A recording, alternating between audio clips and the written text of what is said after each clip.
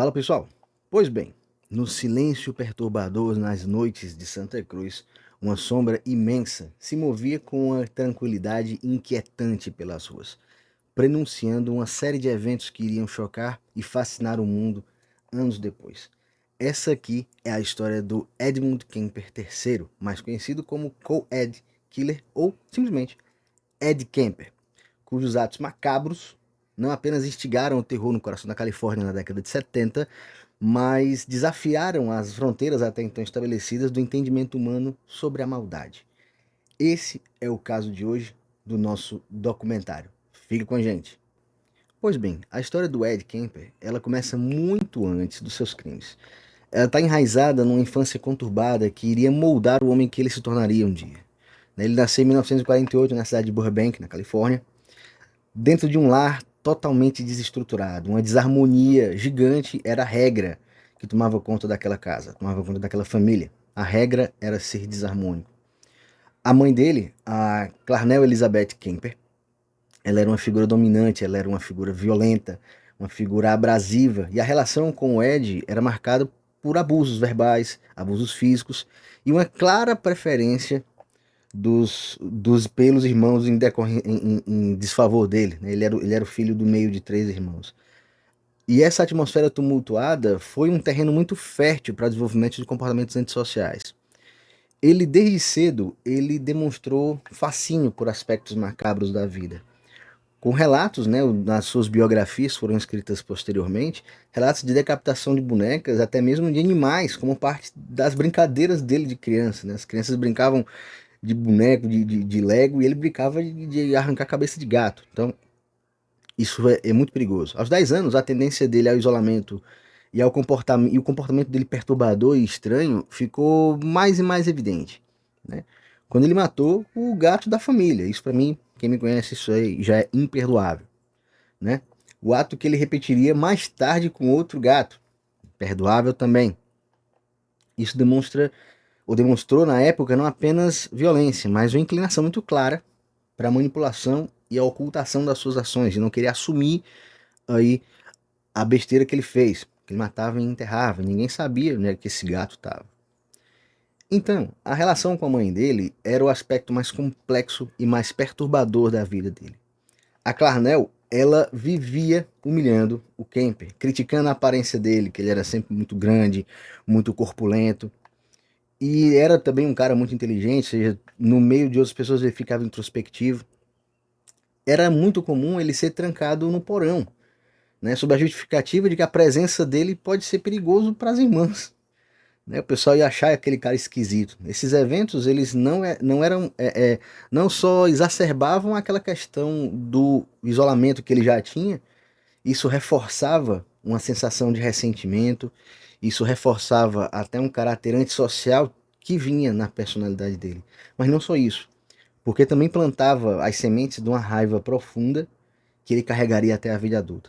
Tanto é que, deixa eu dar um spoiler para vocês, a onda de crimes dele só parou quando ele matou a própria mãe. Então, perceba aí como foi que isso parou. Então, com 15 anos, o Ed Kemper, ele aconteceu um fato que foi uma mudança de águas, uma mudança gigantesca na vida dele para pior, porque ele cometeu o seu primeiro duplo homicídio. Ele matou as suas primeiras vítimas foram seus avós, os avós paternos, né? De acordo com ele mesmo, né, isso foi extraído de entrevistas na biografia dele, o Ed afirmou que matou a avó para saber como era atirar em alguém e que matou o avô por piedade, para que ele não visse a esposa morta e tivesse um troço. O cara pensa, olha só a ideia do cara. Ele matou a avó pra ver como é, matou pra ver a queda, como diz no Ceará, e matou o avô pro avô não ver a avó morta.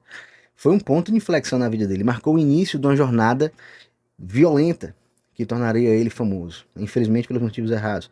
Nessa época, ele foi diagnosticado com esquizofrenia paranoide, né? Ficou internado no hospital psiquiátrico de Atascadeiro durante 5 anos. Então, a análise desse episódio, do primeiro homicídio cometido pelo Kemper, revela não apenas a intensidade da turbulência que tinha na cabeça dele.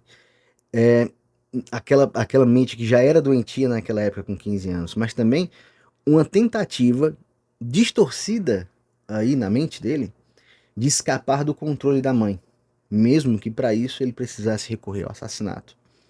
Nesse período da vida dele, já era possível ver as sombras, o espectro do homem terrível que ele se tornaria. O desprezo pela mãe, combinado aí com um sentimento de inadequação, um sentimento de isolamento antissocial, forjou um cara cuja dor interna e os conflitos internos se manifestaria de forma que poucos poderiam prever, ou sequer entender. Menos ainda iam conseguir compreender a manifestação de uma dor interna que vem no momento de um assassinato. E não só assassinato, desmembramento e necrofilia. É difícil compreender isso. Então, a gente. Mas há que se saber que isso foi a raiz profunda do mal que esse camarada ficou representando depois. Os traumas e a violência dos seus primeiros anos de vida desempenharam um papel crucial aí na configuração dos seus atos subsequentes. A gente ficou sabendo que começou aí, pela biografia dele. Interessante, pode parecer um negócio curioso, mas o Ed tinha um sonho de ser policial. Ele tinha muita vontade de ser um oficial, tinha vontade de entrar para a polícia da cidade e proteger a sociedade. Que estranho isso. Mesmo sendo considerado um cara extremamente inteligente, o QI dele, se é que isso serve de alguma coisa, é considerado, que ele ainda é vivo, é considerado de 145, um QI muito acima da média. E ele não conseguiu ser aceito para o cargo por conta das suas condições físicas. Ele era um cara muito alto, media quase 2,10 m, 2,06 m e pesava aí 136 quilos. Ele era um cara muito corpulento e acho que talvez estranhamente isso era um motivo para não ser aceito. Talvez ele não era uma pessoa tão ágil, né, que se esperaria de um cara da lei para tentar correr atrás de alguém. Ele talvez, para você fazer correr um corpo de 136 quilos, você tem que ter muita força. Então talvez ele não teve condições, talvez físicas, de ingressar na polícia. E aí, mais uma vez, reforçando esse sentimento de rejeição que ele já via em casa. Né? Era o emprego dos sonhos. O camarada, ele também foi rejeitado. Ou seja, era um cara problemático desde pequeno. Matou os avós, ficou internado no hospital psiquiátrico durante 5 anos. A mãe era abusiva. É um negócio muito complicado. Ele era uma pessoa que não podia estar no local aonde ele foi criado. Talvez em outro local, quem sabe, ele não cedesse a esses comportamentos violentos. A frustração dele é tanta com relação a querer ser polícia, que uma vez que ele foi rejeitado, o point dele pra tomar uma, pra ficar conversando, era um bar. Um bar chamado Jury Room, que era um bar famoso por ser um point de polícia nos dias de folga. Né? A galera da polícia ali da cidade ia tomar um ali quando tava de folga. Ele ficava horas conversando com a galera lá, ficava horas conversando, conhecia os policiais, tal, ficava conversando, conhecia mais ou menos, ele falava sobre arma, falava sobre crime, e a galera gostava dele, achava ele um cara muito engraçado, achava ele um cara muito inteligente, até porque ele era inteligente mesmo. E ele ganhou até um apelido, Big Ed. Ele ficou de fato amigo da galera que ia para esse bar, né? E também perceba, ele comprou um carro parecido com um carro de polícia. Carro grande, imagina a polícia na década de 70, estilo Fucker and Sucker do programa antigo que tinha, e estilo Sabotagem que tinha aí também dos Beast Boys. Era naquela pegada, polícia dos anos 70, Miami Vice. Ele comprou um carro grandão, né? Porque para ele manter amizade com polícia, frequentar um bar de polícia e ter um carro parecido com o carro de polícia, não era o ideal, mas era o mais perto do ideal. E além disso, a mãe dele trabalhava na Universidade da Califórnia e ele colocou um adesivo do estacionamento no carro, né? Ele entrava e saía da faculdade tranquilamente, né? E isso foi um problema, como a gente vai ver, porque boa parte das vítimas eram universitárias. Ele dava carona e nesse contexto ele cometia os crimes. Então, a espiral de violência do Kemper, ele ia atingir o ápice entre 72 e 73. Para a sorte dele, a pena de morte estava suspensa na Califórnia, né, nessa época. A gente vai saber disso no final desse vídeo. E nesses anos 72 e 73 foram a maior parte dos crimes dele, né, e os mais hediondos. Ele Bem, ele andava sempre com o charme típico dos psicopatas, né? Inteligência, aquela capacidade de chamar a atenção, de conversar, tinha um veículo grandão, parecido com polícia. O Kemp ele se transformava em um gigante gentil, nesse estereótipo do gigante gentil, em um predador, de verdade. Caçava as jovens universitárias com promessa de dar carona para elas para fora do campus e tal. Só que esse gesto de cortesia era distorcido para ele. Ele conseguia, como eu disse a vocês, deixar as vítimas confortáveis, tinha uma fala mansa, era um cara educado, era um cara inteligente, falava de tudo, coisa e tal. Ele era aquele gigante gentil e a galera, pô, esse cara não vai me matar, nem vai arrancar minha cabeça e vai violentar meu corpo. E ninguém ia pensar nisso. Mas ele fazia. E detalhe, ele tinha um modus operandi muito bem calculado. Ele ganhava atenção, chamava as meninas para dar carona para elas, tal, e nesse momento acontecia o ataque. E ele não só tirava a vida das suas vítimas com uma brutalidade hedionda, uma brutalidade satânica, mas também ele tinha todo esse ritual, era quase um ritual de desmembramento, esquartejamento, às vezes decapitação, às vezes esquartejamento, e violência contra o cadáver, profanação, de fato, atos totalmente distorcidos de necrofilia. Esses rituais macabros, eles não eram só uma violência por si só, uma violência hedionda, mas eram expressões de um desejo profundo de ter poder e controle. Era uma reafirmação da dominância dele acerca da vida e da morte. Isso você vê nos livros, nas biografias e artigos. Eu vou deixar alguns aqui na descrição do vídeo se você tiver interesse, né? Quando ele decidia matar alguém, ele reafirmava para ele que ele tinha o poder, né? O poder que lhe foi negado durante a infância e adolescência, né? Tanto que ele contou com detalhes durante a sua confissão, nas audiências, ele foi falando com riqueza de detalhes os crimes que ele cometia.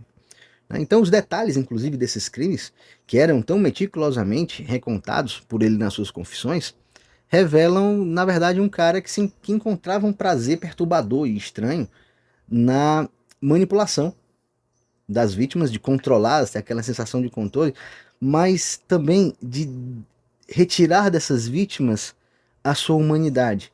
Ele desumanizava as suas vítimas. Ele não as via durante aquela prática terrível, ele não as via como seres humanos, né? Ele não apenas executava suas vítimas de maneira fria, mas também, como eu falei, se engrajava em práticas hediondas de necrofilia. Ele cruzava toda e qualquer fronteira da moral e da ética existentes até hoje. Isso é terrível. Até hoje, no 2024, isso é terrível. E esse período de terror, ele deixou uma marca indelével na comunidade de Santa Cruz. Até então, a Surf City se viu transformada num cenário de terror. As universidades tinha vigia, era tudo muito, todo mundo com medo de sair de casa, gente sem querer estudar, tinha medo, tinha desconfiança, e a polícia tentava conectar os pontos dessas pessoas que desapareciam. Alguém desaparecia, não era visto mais, alguém aparecia morto, e a polícia sem saber o que fazer. O, ele, inclusive, escolhia a maioria das suas vítimas, à exceção do avô, eram mulheres que representavam uma faceta da mulher que ele tinha mais desprezo na vida, que era a própria mãe, né? E perceba, isso nos dá um sinal muito importante acerca da profundidade, da gravidade da psicopatologia que ele tinha.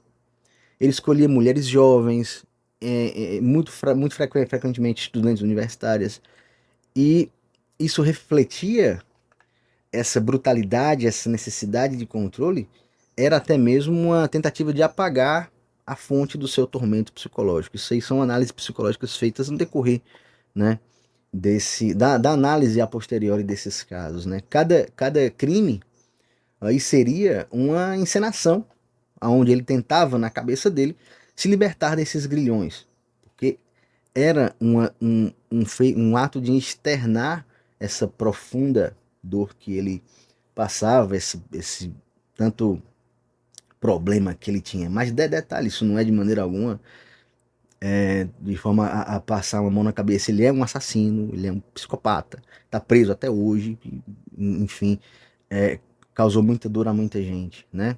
E obviamente a opinião pública teve reação, né? As reações a esses atos brutais variaram de choque, terror, medo uma reflexão, né?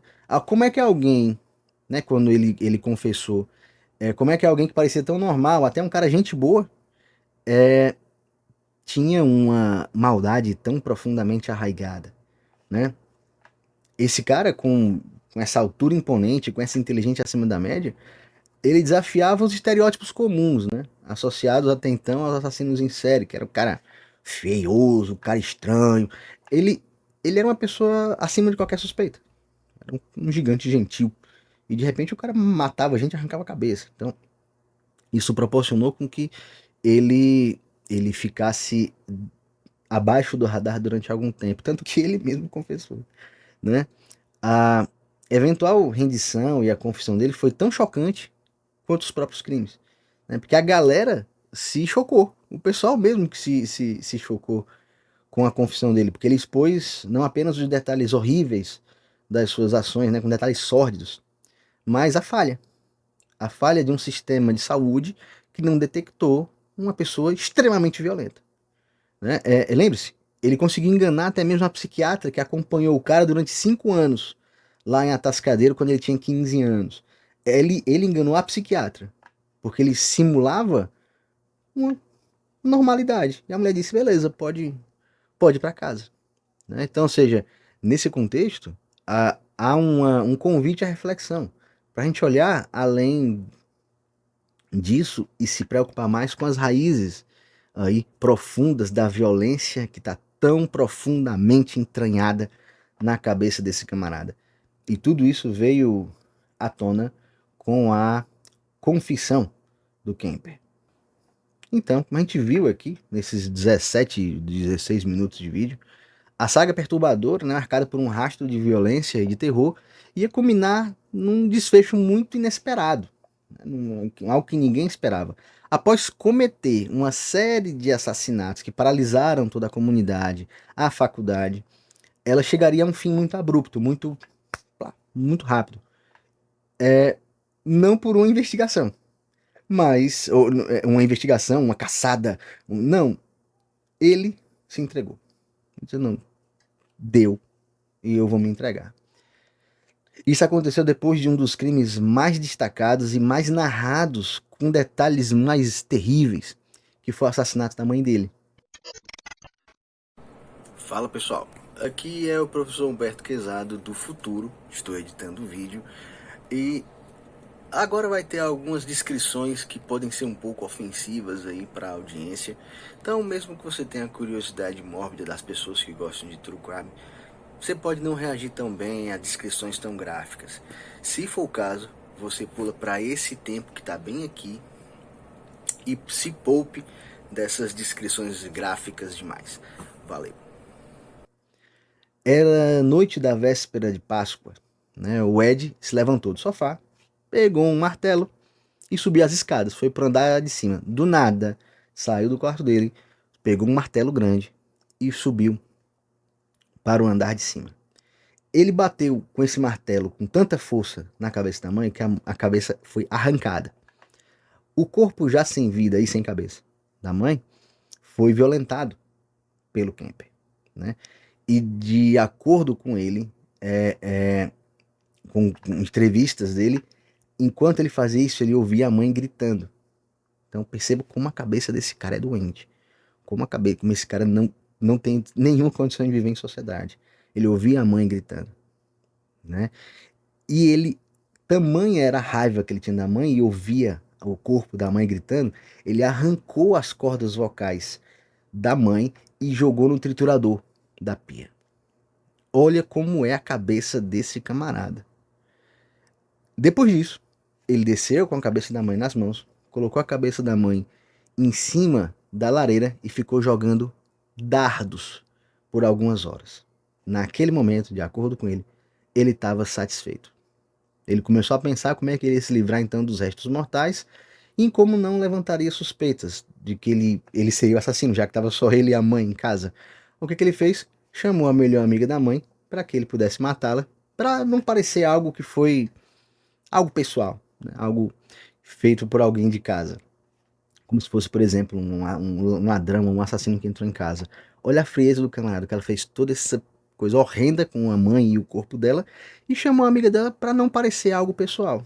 Então, logo após o assassinato da mãe dele, da mãe dele, a Clarnell, e a amiga dela, Sally Hallett, o Kemper, ele, enfim, foi até tentar mudar para outra cidade, mas esses últimos anos de violência parece que serviu como um ponto final para ele. Né? Foi a morte da mãe, causada por ele, que marcou, de acordo com ele, o cumprimento de uma jornada, né? Que foi marcada por crime, por violência e por tudo de ruim. Né? Então, após os assassinatos, ele fugiu para o Colorado. E muita gente, vendo em retrospecto, imaginaria que seria o início de uma nova onda de violência lá no Colorado. Mas, chegando no Colorado, ele ligou para a polícia de Santa Cruz. Cabine telefônica, na cidade de Pueblo, ligou para a polícia, para a galera que ele conhecia, a polícia de Santa Cruz, e disse: olha, sabe essa galera que tá morrendo? Pois é, fui eu. No início, o pessoal ficou: não, tu tá tirando onda, tá ficando doido, deixa de tirar onda com coisa séria. Desligaram.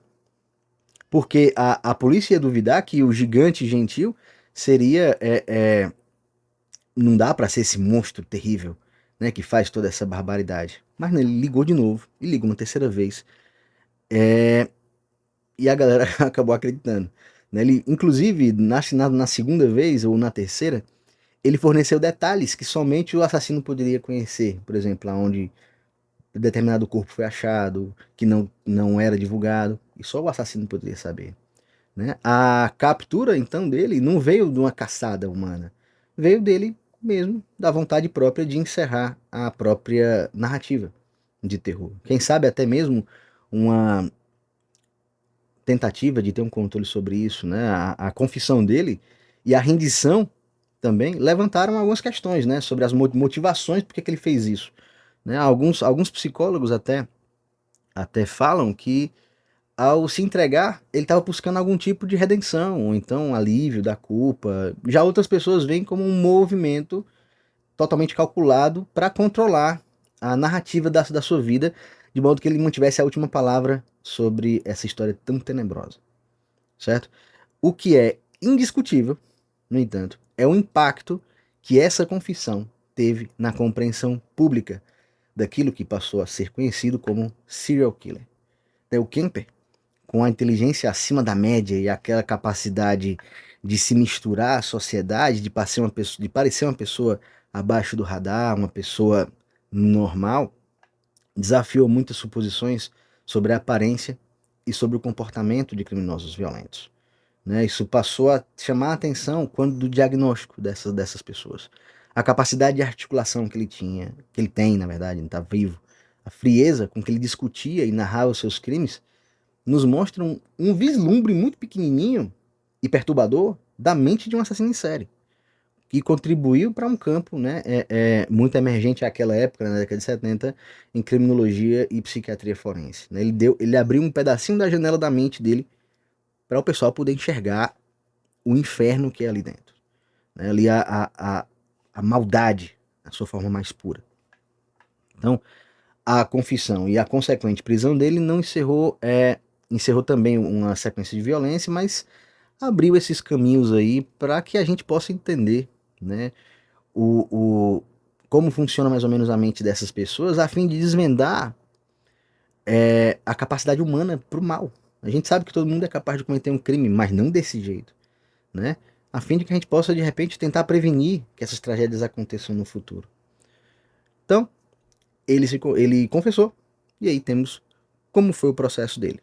Pois bem, teve a confissão, teve a rendição e a prisão dele. O sistema jurídico americano se viu diante de um desafio de lidar com um caso que não só atraía a atenção do público, mas também colocava em xeque diversas práticas e procedimentos. Ninguém nunca tinha lidado com um cara como esse, frio e inteligentíssimo. O julgamento dele não seria apenas um processo para determinar a sua culpabilidade, né, mas também um palco para debates sobre saúde mental, né, a responsabilidade criminal da pessoa que tem uma saúde mental tão perturbada quanto a dele. Como é que seria a aplicação, por exemplo, de uma pena prisão de uma pena de morte num cara como esse?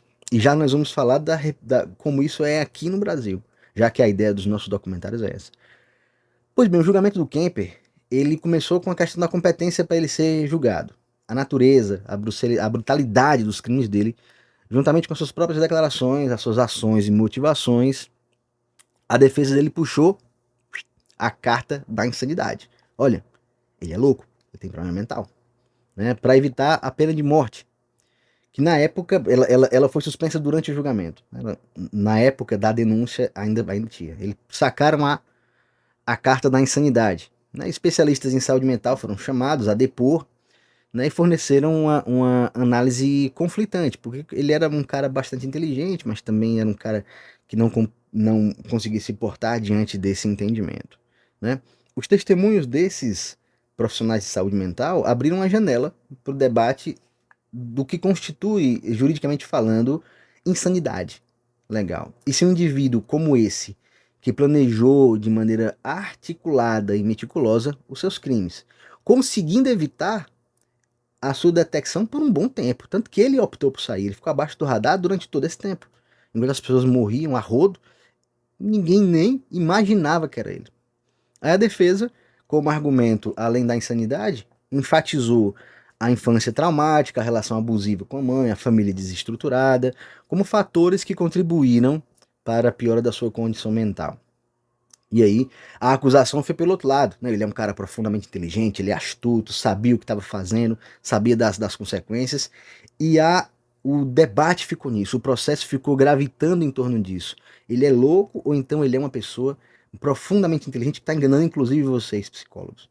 Na estratégia legal adotada pela defesa, levantou uma série de questões, especialmente no que diz respeito principalmente à saúde mental, né, que desafia o sistema jurídico. Porque até onde fatores externos e internos contribuem para mitigar a culpabilidade? Então essa é a ideia. E aqui a discussão jurídica que há é justamente essa. Como é que o problema mental, junto com fatores externos, podem fazer com que a pessoa seja de fato culpada ou não? O caso dele é um exemplo citado frequentemente em aula de criminologia, em aula de psiquiatria forense, em aula de psicologia forense. Tudo isso é um caso modelo, né, justamente para a gente ver a saúde mental dos acusados. Né? E além dessas questões no que diz respeito à saúde mental, o julgamento também destacou o papel da mídia. Né? Porque assim que ele confessou, já foi logo, virou um caso de repercussão, saiu em tudo que foi jornal, entendeu? Influenciou a opinião pública, influenciou o processo e levantou uma série de preocupações sobre o direito, porque perceba, a gente vive num devido processo legal. Os Estados Unidos também vivem num devido processo legal. Então a gente tem que saber levar isso daí, certo? Pois bem, ao final ele foi considerado legalmente são para ser julgado e foi condenado por múltiplos homicídios. Todos os processos foram julgados juntos, ele foi condenado por múltiplos homicídios. A pena de morte estava suspensa à época do julgamento, então ele não levou a pena de morte, mas levou várias sentenças de prisão perpétua, né? E tanto que ele está preso até hoje em Folsom, na prisão de Folsom.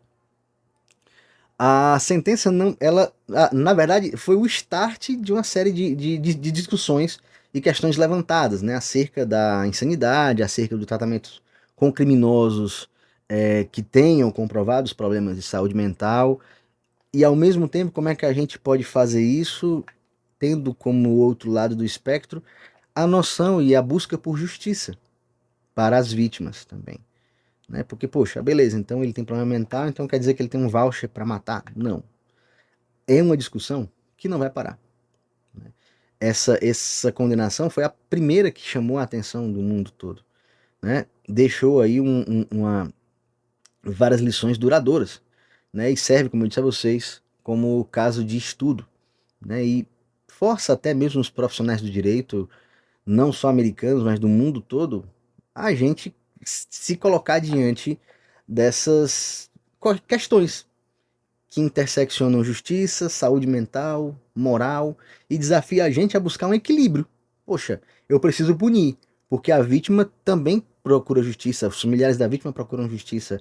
Então é difícil, é uma discussão que vai permanecer e cada caso é uma grande lição. Então, a, finalizando, a jornada dele através do sistema de justiça criminal nos leva justamente a refletir sobre essa complexidade da mente humana, né? Sobre a natureza do mal, sobre como a sociedade vai lidar com esses atos de violência inimaginável. E por fim, fazendo um paralelo com a legislação brasileira, como é que seria o Ed Kemper na legislação brasileira? É interessante notar como casos semelhantes podiam ser tratados sobre um sistema jurídico diferente, por exemplo, o nosso. No Brasil, a gente tem o conceito de inimputabilidade por doença mental. Está lá previsto no artigo 26 do Código Penal. E ele tem uma alternativa. A pessoa não está sujeita à pena no que diz respeito à punição. Ela não é punida com uma pena. Ela está sujeita a uma medida de segurança.